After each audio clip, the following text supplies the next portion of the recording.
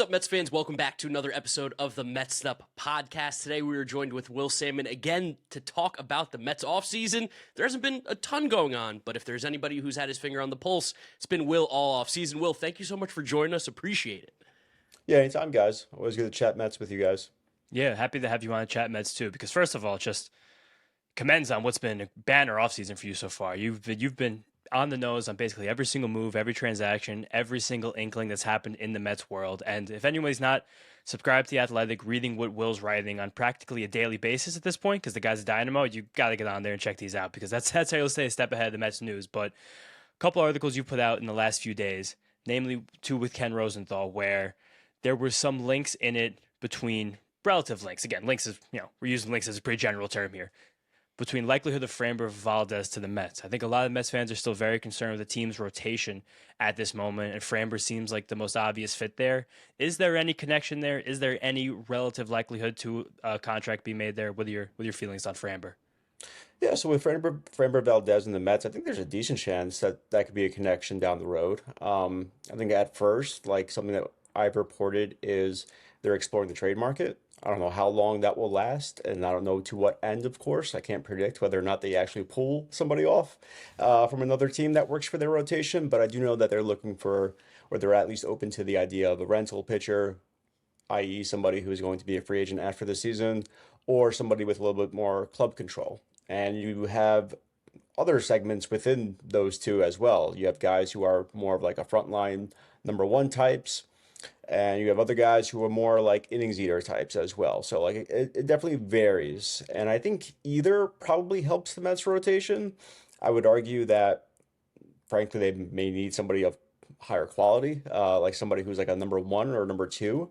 But as long as I feel like you could put that person, whoever it ends up being, somewhere in the front half of the rotation, whether it's one, two, or three, you're definitely better off, and you're probably something that you should do, even if it's somebody who's maybe a less glamorous name who could be a number three, as long as he's maybe dependable, as long as he's somebody who could log innings for you. I think that there is something to that for this club, especially.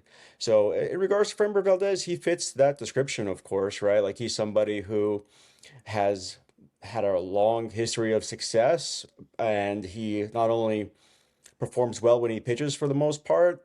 He's also somebody that logs innings as well. And so he's pretty durable, or at least he has demonstrated as much. The thing with Framber, though, is that there's an age component to this. Like he's on the older side, even for free agents. And so there's a reluctance there, not just the Mets, but perhaps some other teams as well, to maybe go to a long-term deal on Framber Valdez. So, if the Mets don't end up pulling off a trade here, I could see them going to Framber and saying, look, we have a short-term offer for you. Not to say that they have one right now, but just if we go down this path, that's something I could see them doing and saying, hey, this is what we could do. High annual average value for you. Maybe even like you could opt out, maybe do something creative. I could see those types of things being part of some things that are in play for the Mets and pitching. So yeah, I would say that there is a connection there. It's just not as developed quite yet, as I understand it. I know you mentioned the trade market. Right now, we've got rumors going around about Edward Cabrera possibly being traded to the Cubs, waiting for those deals to finalize. Were the Mets involved at all? We saw the Yankees were not particularly close. Were the Mets even involved? Well, we did hear that the Yankees were in the mix for it at the very least. I think it could be not exactly semantics, but kind of varies as far as which person you're talking to, and like their definition of maybe close and that kind of thing, which is probably not worth getting into. But yeah, I think that the Mets, they should have been involved. I don't know to what extent that they actually were, because again, this is somebody that's going to probably, don't know exactly what the Cubs are paying for this in terms of prospect capital or however else, but it should cost them a good amount, because Cabrera is on the cusp of, I feel like at least, really breaking out if he hasn't already. I thought he had a good season last year, but there were still some ups and downs to it. And I think that the Miami Marlins do not get enough credit for the way that they're developing their pitchers lately. They've been doing a really good job of that. So he's somebody that's really on the cusp of it. And for me, and as far as the Mets go, I don't know this definitively, but I would look at it as it's a high price to pay when you don't have that much in the form of reliability within your rotation already. And again, not to say that Cabrera isn't reliable. It's just he's got some injury history and he's yet to kind of put it all together for like say 32 starts and at least for that for one season, let alone do it consecutively and demonstrate that he could be somebody that does that for the rest of the time that you have him. Yeah, just to give people a sense of Edward Cabrera's career, this was the first time he'd crossed the 100 inning plateau, and he still only got to 137, missed some time with injury, while hitting new heights he hasn't hit yet in his career. With the Mets being involved in some of these trade discussions, Will, do you ever get a sense of the types of prospects the Mets are willing to part with, the types they're definitely not willing to part with? We think at this point it seems fairly certain, of course, not Nolan McLean or Carson Bench, but also probably not Jonah Tong. But is there, as the mid tier of the Mets system grows stronger and stronger, is there any kind of way you think the Mets types of guys they would part ways with? Yeah, I think that they're open to different things. Like the guys that you mentioned are probably close to off limits, if not pretty much off limits, especially McLean.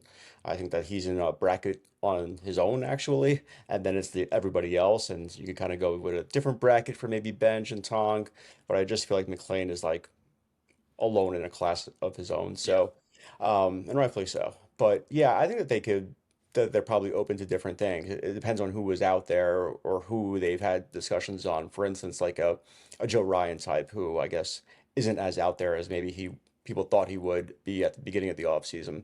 For him, you would have had to pay a huge price for. And so it's a different conversation with for somebody like him than you're having with, say, somebody like a Brady Singer from the Cincinnati Reds, of course, right? Obviously. So yeah, I think that it kind of depends on that. And the way that I put it is like they've been pretty open and probably a bit stingy though on who they're willing to give up. Otherwise, like there would have been a trade already, probably, right? That's Like fair, yeah. so like we could kind of deduce that they've been valuing their prospects pretty highly, and that's probably fine because look, they have one of the best classes in baseball. So like clearly like those guys are supposed to be pretty talented. So I don't want to say that like they're doing it and it's like, okay, this is crazy and it's misplaced. There's probably something to like being careful about it.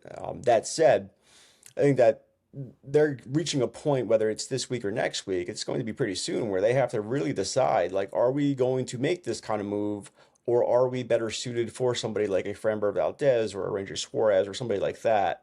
And that's even saying that, like, maybe you can't even get those guys on a short-term contract. Like, I suggested that that would be the approach, but maybe their markets get better than that. So as other teams make those decisions, but I feel like these next 2 weeks, even maybe just this week, it's a critical for decision making for the Mets in terms of the prospects that they're willing to give up and which pitchers that they want to acquire. Because after that group of like Benj, McLean, I think you have a group of like Jet Williams. There's some other guys go down the list that they probably should consider dealing. In addition to those infielders who are already on the major league part of the major league group, like Ronnie Mauricio, Luis Angel Acuna, those guys who are no longer prospects, who are trade candidates, obviously.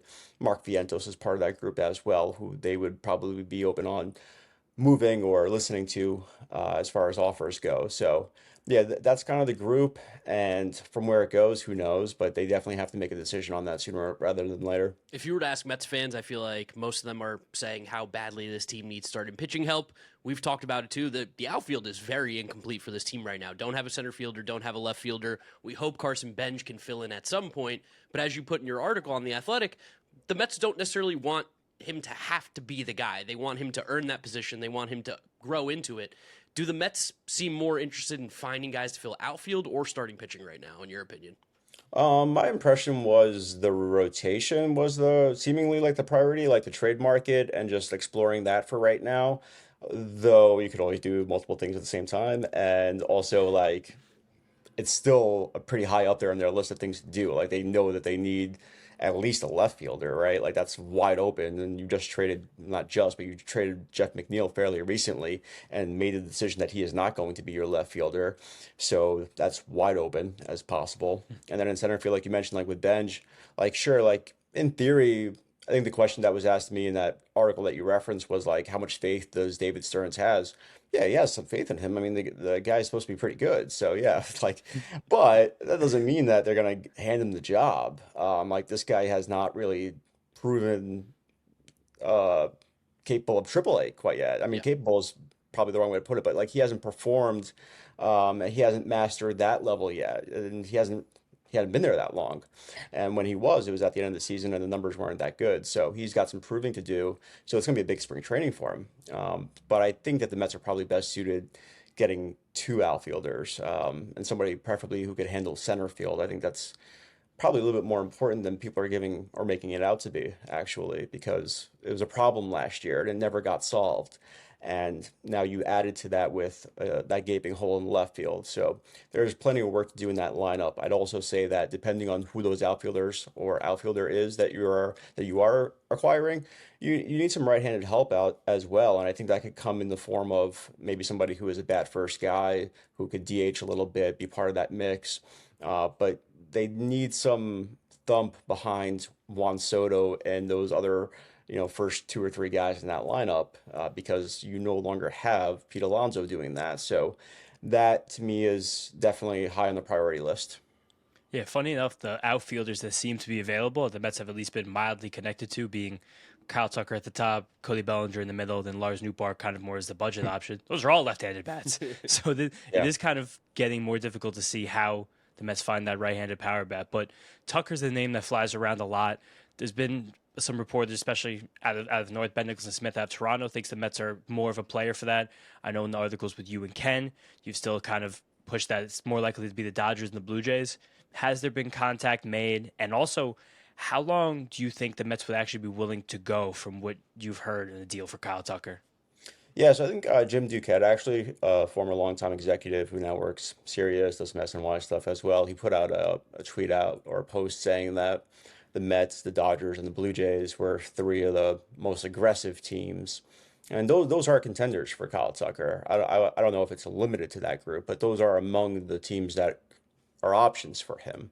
As far as the Mets go, I've been pretty consistent about this throughout the offseason of saying that like Bellinger, Kyle Tucker, those guys are options for the Mets, but I don't see them giving either of those players like a long-term deal. I think that it's more of a short-term thing where like if those guys are not getting those big numbers that they expected or that people expected for them at the beginning of the offseason, Kyle Tucker, for instance, like 300 million, 400, like 400, like if they're not getting those numbers, then I think like a 3-year deal or with like opt-outs or something creative like that could be the Mets play. I don't know if really his market has materialized enough yet, or developed enough yet for it to even get to that point where like those types of offers have been extended or not.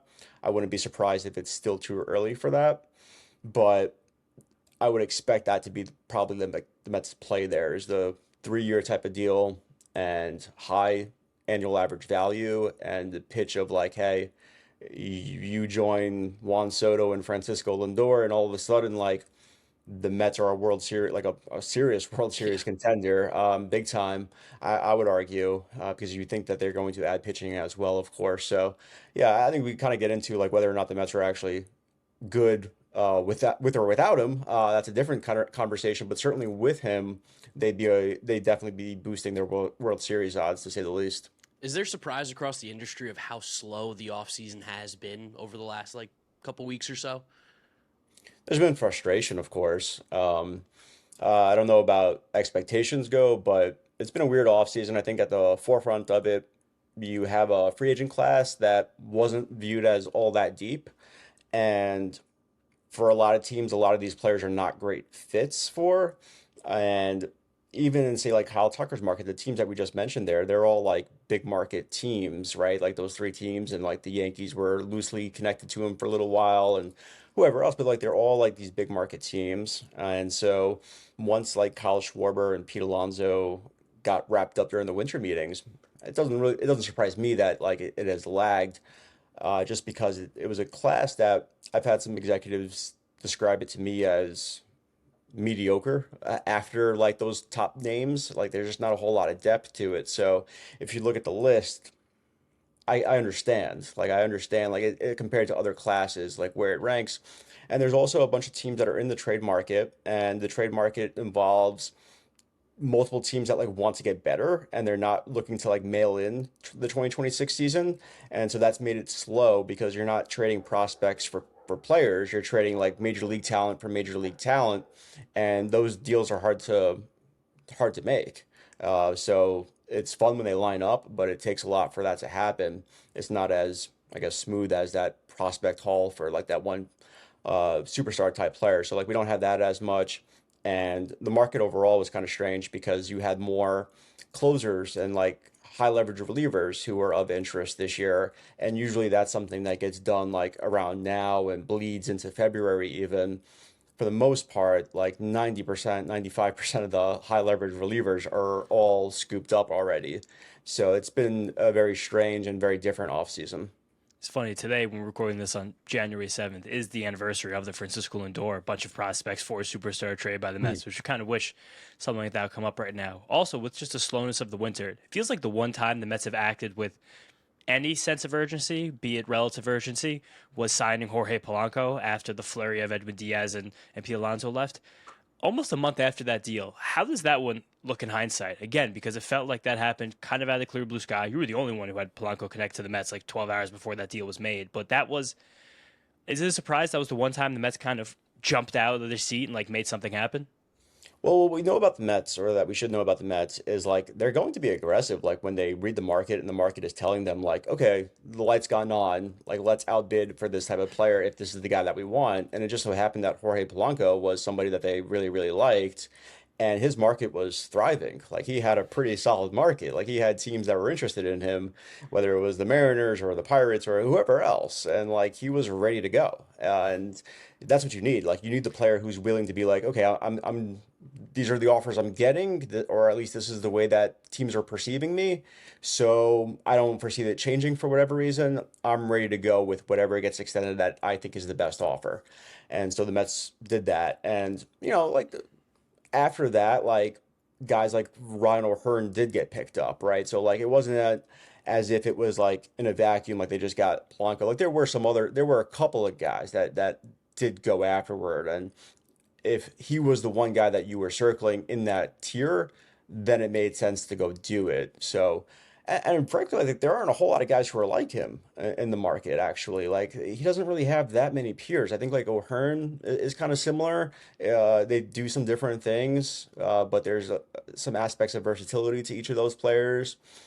So, I get why they would do it. You could quibble with the idea of whether or not he's going to be a decent first baseman or not. That remains to be seen, right? Like, we don't know that. They're banking on the athleticism aspect of that.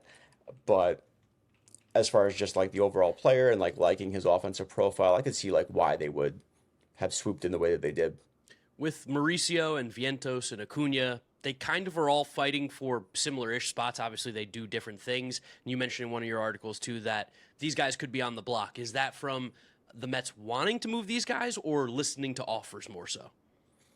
Well, I think that they're at a place where they realize there's just not a whole lot of playing time for these guys after the Marcus Semien acquisition, and actually like the way that Brett Beatty performed in the second half, or whether it was around June or whenever it was, where he picked things up and became fairly consistent, both defensively and offensively.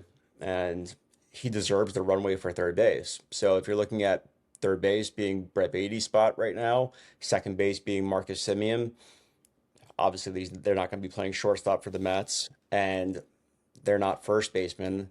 Well, I guess Vientos is, but that's really the one decision point, right? Like that's where I pause, because it's Vientos is the guy where they have to make the call on what I referenced earlier about a right-handed bat who could maybe be a bat first guy. The bar that they have to clear is like, could Mark Vientos be this guy? And if this guy, whoever it is going to offer more consistency or more of a prove it type of thing, then they probably have to go get that guy, because Mark Vientos showed you that there's still some ups and downs to his game last year, unfortunately. So whether or not like they trade those guys, I'm not sure, because that's a decision again like they have to make, and I'm not sure where they're at with it. But we're also talking about players who are out of options, a couple of them, right? So like there's just not a whole lot of things that they could do with a couple of these guys. Like Mauricio, you could still start in AAA. They preserve that option there, but I go back to Brett Beatty and just the way that he played in the second half of last year. He just deserves the shot, and I'm with the fans who have kind of gone back and forth with like they all can't be getting like a third of the playing time. Like Yeah. you gotta give the keys to somebody here, and Brett Beatty deserves them. So I expect them to roll with him at third base, and therefore they should be looking for trade partners for the other guys. Yeah, it's just a question probably now of how much those guys can be worth in a trade. Especially, I mean, a guy like Mauricio is the one that's always I always find interesting because it feels like he hasn't really played baseball in 3 years. Like the way the Mets manipulated his option last year, he kind of lost a full year after missing a full year after missing most of a year, and so you wish that happens. Also, to the right-handed first base point, it felt like that bar of Mark Vientos is something the Mets didn't see someone like Kazuma Okamoto clearing as a right-handed first base option, who signed a bit of a larger deal than expected, at least committed years-wise with the Blue Jays over the weekend. And then similarly, Tatsuya Imai, the starting pitcher coming from the NPB, signed a much smaller deal than a lot of people expected. Basically, a 1 year, $21 million prove-it deal with the Astros. Were the Mets involved in negotiations with these two guys at all, or did they mostly kind of stay out of them? Yeah, negotiations not that I know of for those. I'm not even sure like what their levels of moderate interest in was, frankly. With Imai, they're not alone there. Like there were a bunch of teams that looked at his profile and said, okay, we have questions about how his fastball is going to play, even though he throws hard. Like, is that going to be a pitch that he has to throw a lot? And maybe hitters wise up to it, and all of a sudden he's only given us 3, 4, or 5 innings max. And I think that's reflected in the contract that he signed because, like, not only was it a short-term deal, but like the incentives, the player bonuses kick in at 80 innings for him, which is a fairly low number for a starting pitcher. Like, usually we see those over 100, maybe 120, like that kind of thing. For it to be at 80 kind of tells you, like, people had some questions about this. And so I get it, but again, like going back to the context surrounding Edward Cabrera, it's hard for me to see the Mets bring in an unknown like that, even though he does have that potential. When you have other guys who are unknowns in your rotation already, and like you desperately need some reliability, so I get the one with Imai completely, actually, even though I think that there's a decent chance that he does fairly well, especially his first year here. We've seen that with other pitchers from Japan, particularly with Imanaga with the Cubs, who had done well early on, and some others as well. But Okamoto's the guy who I actually thought they could have had some more interest in or should have had some more interest in just because it's on paper a decent fit. But again, like they weren't alone with like maybe being a little bit lukewarm about it at best. His market was fairly good from what I understand. Like he had some teams, and that part of it was reflected. Like he's got what was it, a 4 year deal, so that's pretty Yeah, good for a guy coming got over more than from the other guys. Japan. Yeah. But teams had some questions about his defense. I know like a lot of people are quick to say like, okay, he's better than Murakami. I'm like, okay, sure, but like, how good is he though? Like that should not be the bar that everybody's trying to clear here. Like, One of the worst sure, like if you want defenders. to compare, yeah, if you want to compare the two players, like, yeah, he's the better defender, but like, do we think that he's going to be a good defender? Some teams said no. So like that's the feedback that I got from clubs like around the league was like when I asked like, well, why wouldn't a team be in on him? That was like the one thing that kind of came up. But you know, we just started the conversation by talking about a bad first profile, right? So Yeah. like Yeah. that's why I say like, okay, he's the one guy who I'm like very curious about how he performs and that I'll be monitoring. And he's like a guy that you could look back on in a couple of months and be like, should they have done this or not? Do you think that the Mets are inclined to trade any of their pitchers? I know we need pitching, but the fact that there is, and this is like the worst thing you could ever say, there's so many starting pitchers in this organization right now. Like, what's the feel on maybe not even moving like a prospect, but maybe somebody who's in the rotation already right now? I could see it. Yeah, they've gotten calls on that for sure. Like David Peterson is somebody that they've gotten calls on. Senga, obviously, we've reported and talked about that here even. So, yeah, I could see it. Especially because like if you're talking about like even adding like more than one, you get to a point with the Mets where like you have to subtract then. Like if you're going to add two, you have to subtract somebody because there just aren't enough spots. Because I actually and this is reflected in like Fangraphs' like WAR projections and like betting odds, the over under on the Mets this year. Like is that like what 86 or something like Eight that? six Yeah. and a half. And the Fangraphs WAR is putting them at like fifth place right now, like number five in the rankings. So it's better than like what people give them credit for, but the rotation itself kind of lags that number down. But I will say that like from the Mets perspective, there's some upside in the idea of like, okay, we're gonna get a second season out of Clay Holmes as a starting pitcher. We think that Minaya is healthy now. Really, there's only up for Kodai Senga, right? Yeah. Like that's the only direction you can go at this point. And they're looking at a full season of Nolan McLean. So you can kind of talk yourself into like, okay, like this may not be like a sky is falling type of thing. And even so, like you have, I just named a few guys, like you have a rotation in place. It's just a matter of like getting somebody else to sort of be that anchor to it in addition to Nolan McLean because Minaya is that question mark right now. So yeah, I think that like you could see it. It would be more of a question, I think, like once they add somebody, because then that really forces them to look at their rotation and say who's in and who's out.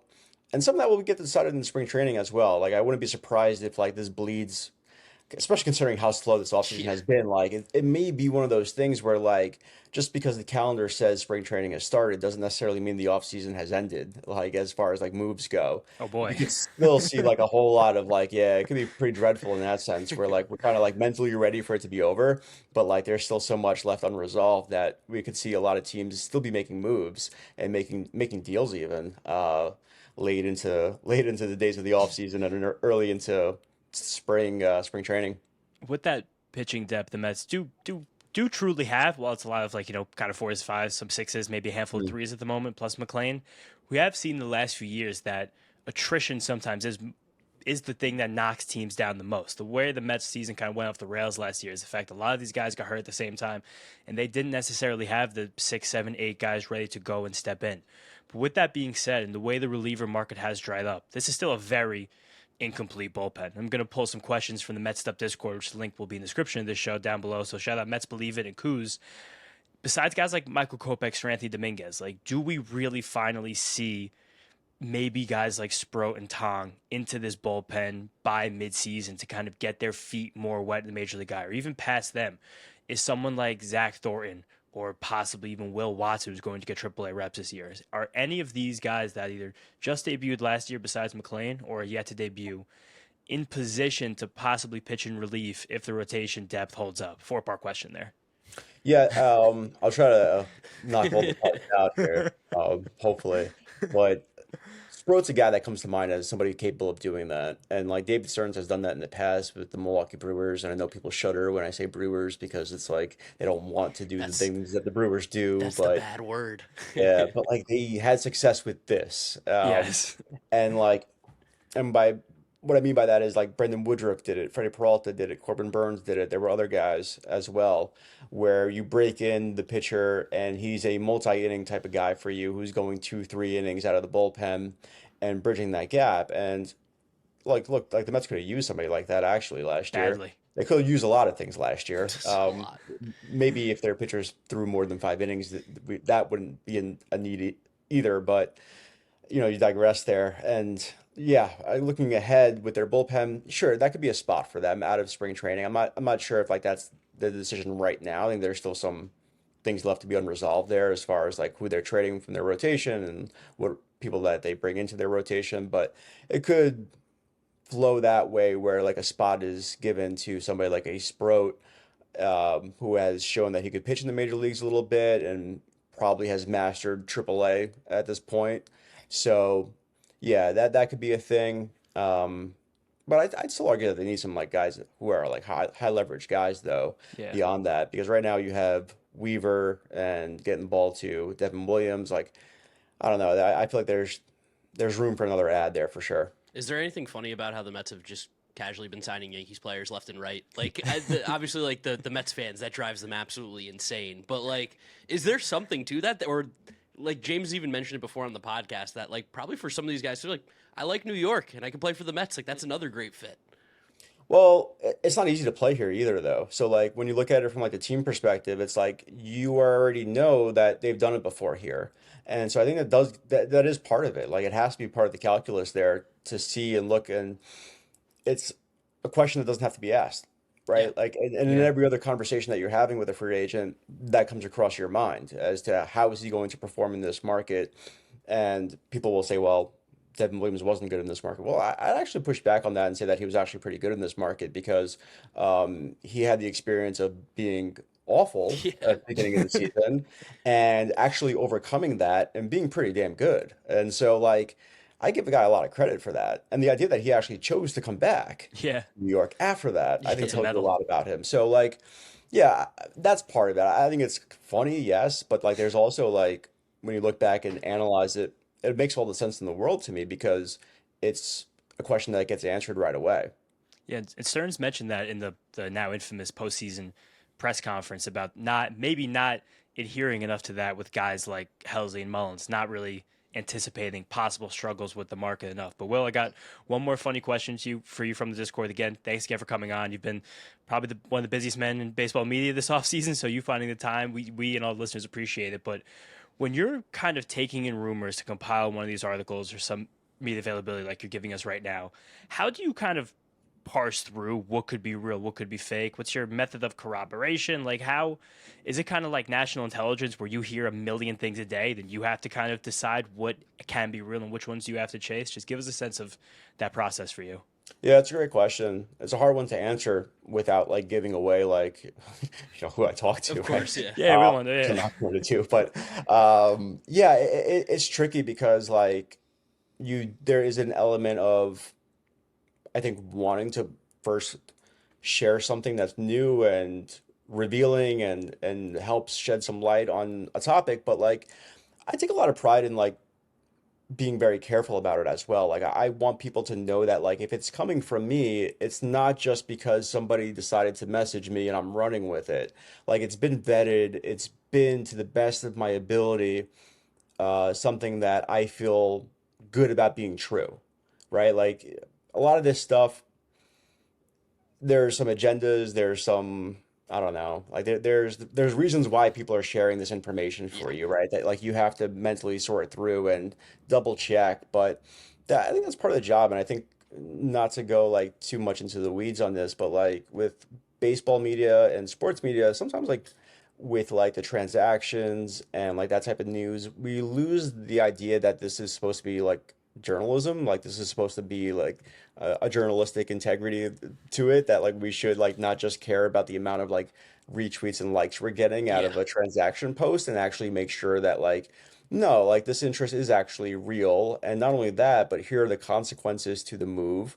Here's what's at stake. Here's like the viewpoint from like both sides of it as to why it may or may not happen. I think those things are important. And like those are the things that I try to go after in my reporting because I feel like there's some value to that, especially for people who are reading it to better understand like the club that they root for as to like, okay, like why are they taking this approach? Why weren't they doing this or why are they doing that?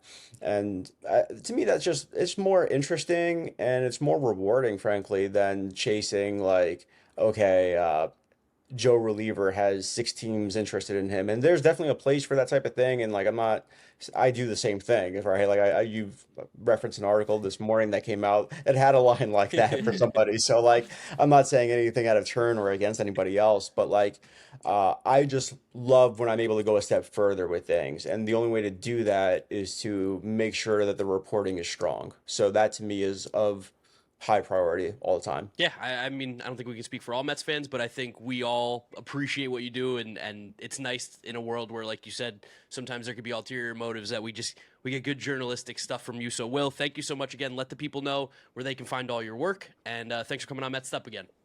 Yeah, I appreciate it, guys. Always good to chat with you. We'll always have some stuff on the Mets on theathletic.com as well as national reporting, like you referenced with Ken Rosenthal. And I'm on X at Will Sammon, and most other social media accounts as well is the same thing. Awesome. That's it, guys. Thank you so much for watching. Make sure you subscribe to Mets'd Up on YouTube. If you're listening to us, Apple Podcasts, Spotify, Google, drop us a rating, drop us a review, download, and subscribe. We'll catch you all in the next one. Peace out. Peace out, guys. Thanks again, Will.